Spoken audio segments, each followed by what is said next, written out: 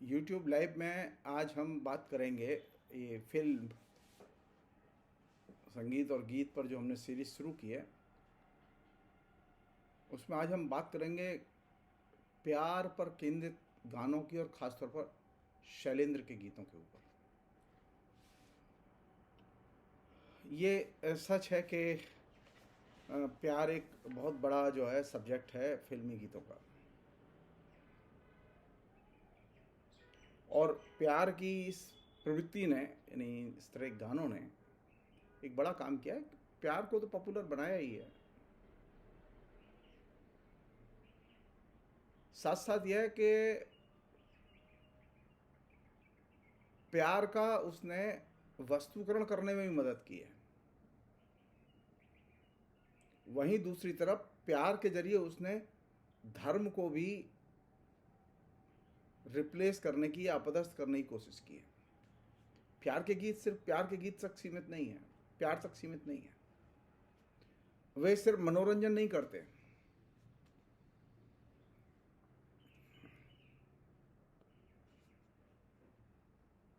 ये भी है कि प्यार के गीतों में चिंता और हताशा भी अनेक बार व्यक्त हुई है।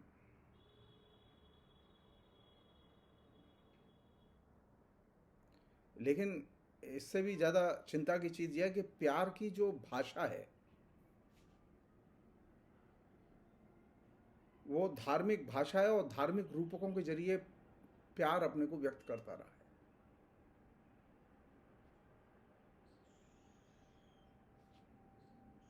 और कुछ फिल्मों को छोड़ दें तो अमूमन जो फिल्मों में जो प्यार है वो एकाकी व्यक्तियों के बीच का प्यार है। समाज से विच्छिन्नता या पलायन या बहिष्कार या विद्रोह प्यार के केंद्र में है।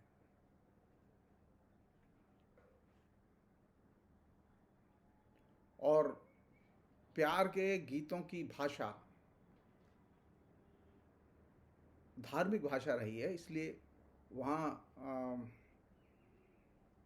नए किस्म के खतरे भी उसने पैदा किए हैं और धार्मिक भाषा के प्रति आकर्षण पैदा किया है।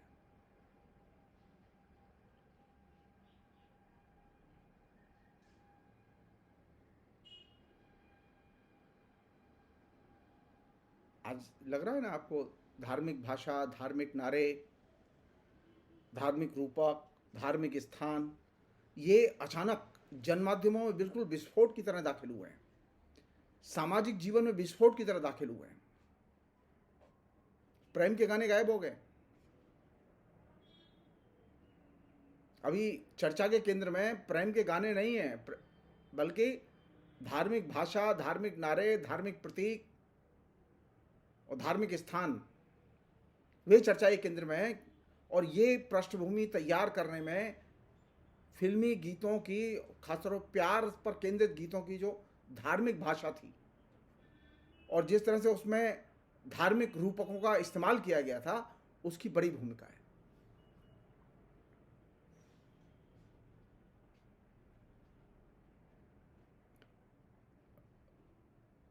तो प्यार के गीत तो जनप्रिय बने, प्यार के गीत बार बार सुनते हैं, लेकिन इससे पैदा क्या होता है? पैदा होता है अंध कठमुल्लापन,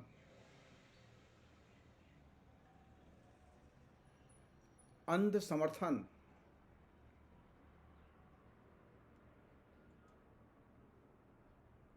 या यूँ कह सकते हैं अंध आस्थावाद, जो कि अभी बिल्कुल विस्फोट की तरह दिखाई दे रहा है। शुरुआत हुई थी प्यार से, कन्वर्ट हुई किसमें? राजनीतिक अंध आस्थावाद में, जो कि दक्षिणपंथी प्रतिक्रियावादी पॉपुलिज्म का सबसे महत्वपूर्ण एलिमेंट है। तो ये जो प्रेम पर जो लोग लिख रहे थे और प्रेम पर लिखे गीतों को लेकर जो लोग ये कह रहे थे कि प्रेम पर लिखे गीत सेकुलराइजेशन कर रहे हैं, वे ये चीज़ भूल गए कि प्रेम के गीत ऊपर जो प्रेम व्यक्त हो रहा था, लेकिन उसके जो स्ट्रक्चर है उसका जो ग्रामर है, उसकी जो भाषा है, वो धार्मिक भाषा थी। उसमें जिन रूपकों का इस्तेमाल किया गया वे धार्मिक रूपक थे।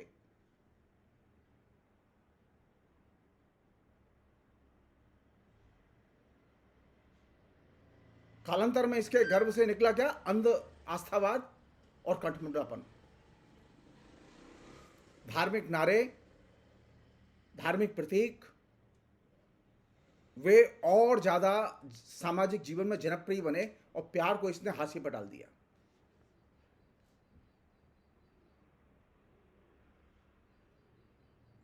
और सामान्य भाषा में कहें तो पहले होना ये चाहिए था कि प्यार के गीत जब गाए गए हैं और प्यार के गीत जब सुने जा रहे हैं तो लोगों में सहिष्णुता पैदा होनी चाहिए।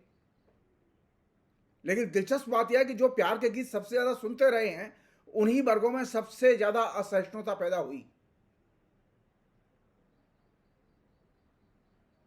क्योंकि हमने गीतों के अंदर जो निहित जो धार्मिक भाषा थी और धार्मिक रूपक था उसकी हमने अनदेखी की, उसके प्रभाव की अनदेखी की।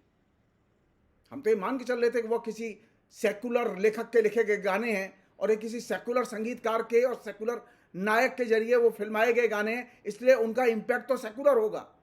लेकिन वे भूल गए गीत में भाषा और इस्तेमाल किए गए रूपक वे बहुत प्रभावशाली होते हैं।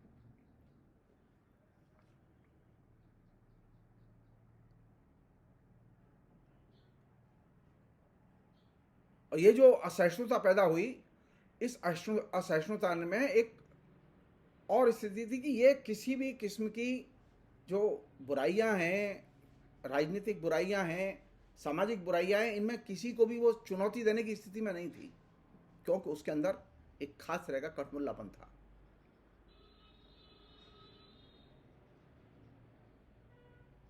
हाँ, ये है कि प्यार की प्रवृत्ति में प्यार ही सर्वस्व है, ये दृष्टिकोण मुख्य रूप से व्यक्त हुआ। इस प्रसंग में सबसे इंटरेस्टिंग है शैलेंद्र के गीतों का मूल्यांकन।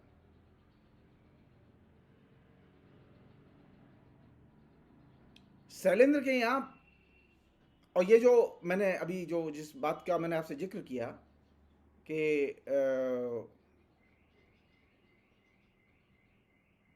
वहाँ धार्मिक कठमुल्लापन और धार्मिक रूपकों का इस्तेमाल किया गया, उस प्रसंग में मैं फिल्म चंडीदास में आगा हस्र कश्मीरी का गीत प्रेम नगर में बनाऊंगी घर में तज के सब संसार, प्रेम का आंगन प्रेम की छत और प्रेम के होंगे दुलार, प्रेम सजा हो प्रेम पड़ोसी, प्रेम में सुख का सार, प्रेम के संग बिताएंगे जीवन प्रेम ही प्राणाधार। इसी तरह आरसी बोराल का स्ट्रीट सिंगर फिल्म में लिखा गीत जीवन बीन मधुर न बाजे, ये दो गीत खासतौर पर मैं जानबूझ के उदाहरण के तौर पर, कल एक श्रोता ने कहा था कि उदाहरण भी देके बताएं आप।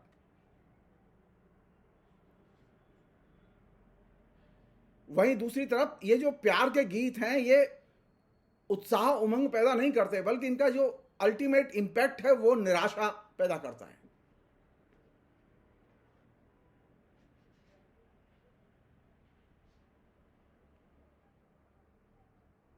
और ये गीत कैसे निराशावादी होते हैं, या फिर नमूना के तौर पर मैं एक गीत ले रहा हूं और वो गीत है किस्मत फिल्म से। किस्मत फिल्म में प्रदीप का एक गीत है, ए दुनिया बता हमने बिगाड़ा है तेरा क्या।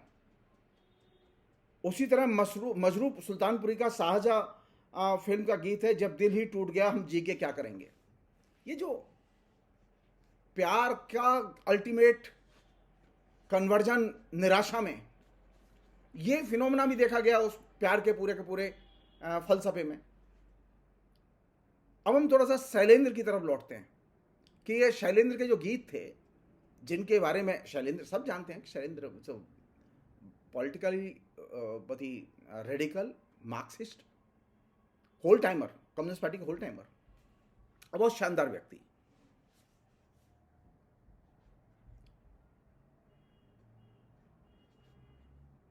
उनके यहाँ प्यार की एक तड़प है और आजादी की तड़प के रूप में यह व्यक्त हुई है। और दूसरी चीज जो उनके गीतों में है वो है क्षण की अनुभूति का द्वंद्व। इसमें गतिशीलता भी है और ऊर्जा भी है, और एक सुनहरे समाज का सपना भी है। इसमें सभी किस्म के दुखों से मुक्ति की इच्छा भी है। जहां प्यार पर भावुकता का वर्चस्व है, यानी शैलेंद्र के गीतों में,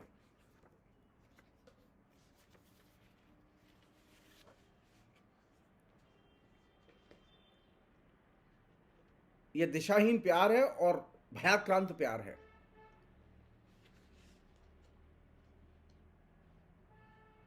मधुमती फिल्म का गाना है,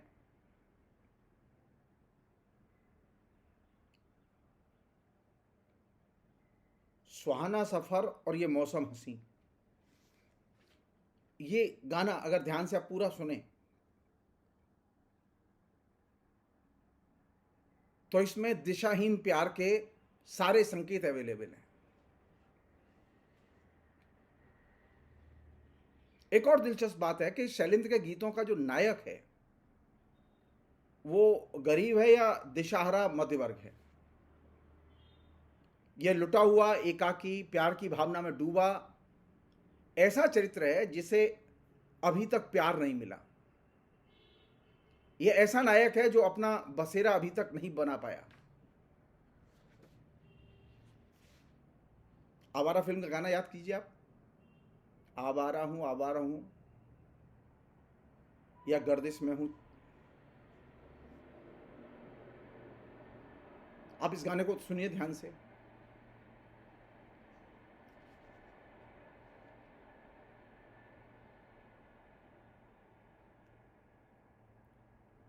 ये ऐसा नायक है शैलेंद्र के यहाँ, वो खुद उनके शब्दों में, आबाद नहीं बर्बाद नहीं, इसके बावजूद खुशी के गीत गाने में मगन है।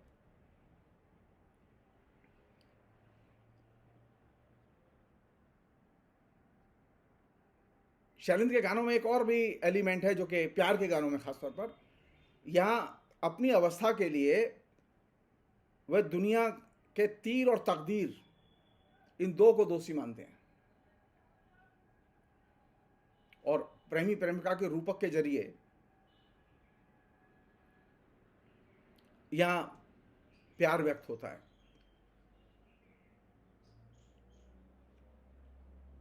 शैलेंद्र के यहाँ नायक जो है वो आम आदमी है जो कि प्रेमिका से मिलने के लिए तड़प रहा है। इस रूपक के माध्यम से अपने गीतों में शैलेंद्र ने पूंजीवादी समाज की अमानवीयता और संवेदनहीनता को बार बार उभारा है और नए रास्ते पर चलने का आह्वान किया है।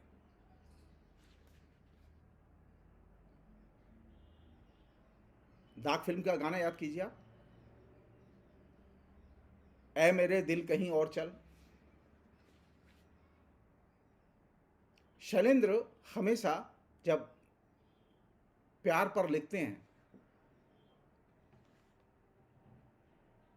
तो वो एक नई दिशा खोजने की कोशिश करते हैं। मसलन जब देश आजाद हुआ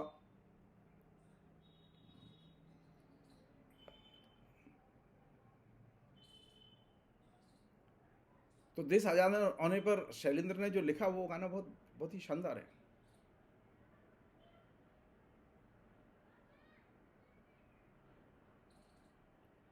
उन्होंने लिखा, जमीन गैर हो गई, आसमां बदल गया, हवा के रुख बदल गए, हर एक फूल जल गया।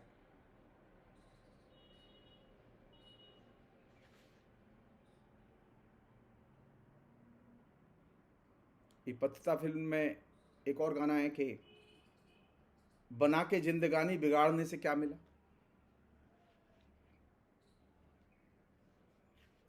शैलेंद्र के यहाँ एक अन्य चीज है जिस पर के कायदे से गौर किया जाना चाहिए।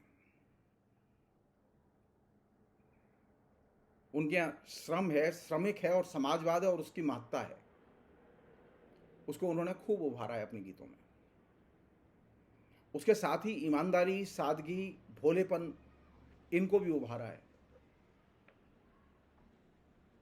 और एक कवि के नाते शैलेंद्र एक ऐसे समाज का सपना देखते हैं जिसमें न ब्लैक मुनाफाखोरी है, न पकड़ी है, न चोरी है, मेहनत का फल मीठा मीठा है,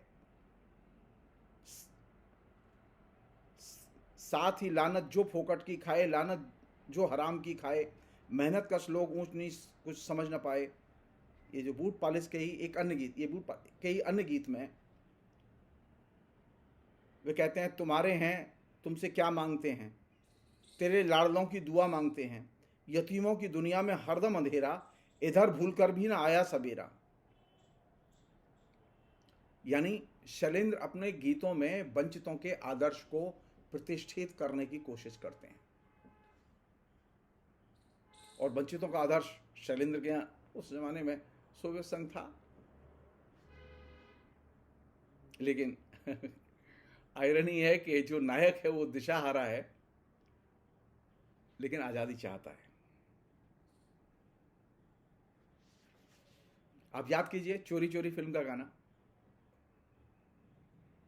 पंछी बनूं उड़ती फिरूं मस्त गगन में।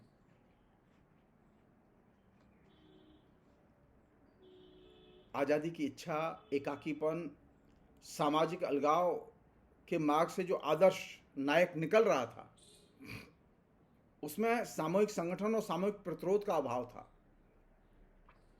उसके बाद जीवनानुभव तो थे, बल्कि ये कहें कि उसके पास अनुभवों का जखीरा था, भावुकता थी, नए सपने थे। वह ऐसे जगत का नायक है जिसे शैलेंद्र ने अंधे जहान और अंधा रास्ता कहा है। यह एकदम अकेला है, कहीं भी शांति का अनुभव नहीं करता, अंधे सफर से गुजरना उसकी नियति है। यह ऐसा नायक है जो आत्म केंद्रित, संवेदनशील है, मौजूदा दुनिया को बदलने या उससे टकराने की क्षमता से रहित है। इसकी आज़ादी का सपना टूट चुका है। ये वह जगह है जहाँ से अगर आप एक बार पलट के देखें तो शैलेंद्र एक अलग परंपरा का निर्माण करते हैं, और शैलेंद्र से इतर जो लेखक हैं जो प्यार पर गाने लिख रहे थे, वो एक भिन्न परंपरा का निर्माण करते हैं। और जिसे हम लोग कहें कि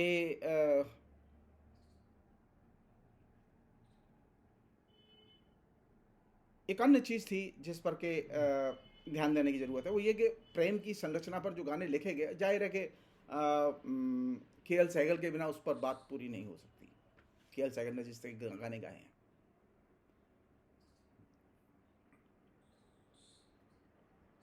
शरत चंद्र चटर्जी के उपन्यास पर जो फिल्म बनी थी देवदास 51 में, उसने एक पैटर्न सेट किया और उसने एक तरह से सिनेमा के क्रांतिकारी रूपांतरण के लिए एक रास्ता सुझाया।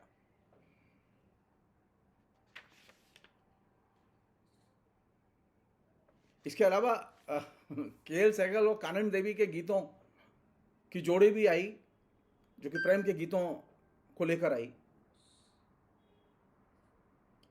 इसमें एक रोमांटिसिज्म भी है और पूर्व इंडस्ट्रियल सोसाइटी के संबंधों को, रोमांटिसिज्म को के संबंधों को रोमांटिक नजरिए से नए ढंग से देखने की कोशिश भी है।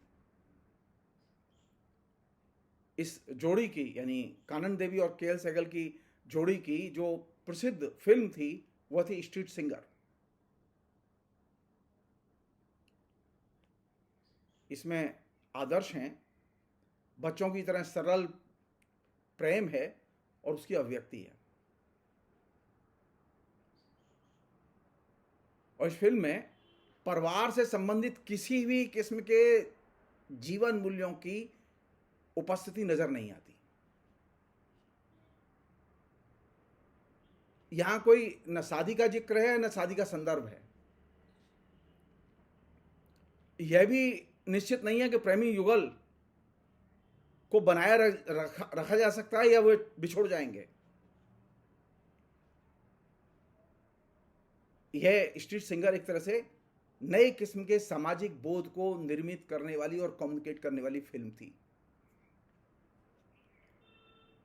इस जोड़ी का प्रसिद्ध गाना था, जो आज भी है, बाबुल मुरा नैयर छूटो जाए। फिलहाल हम इतना ही रखें, फिर प्रेम पर बातें कल होंगी।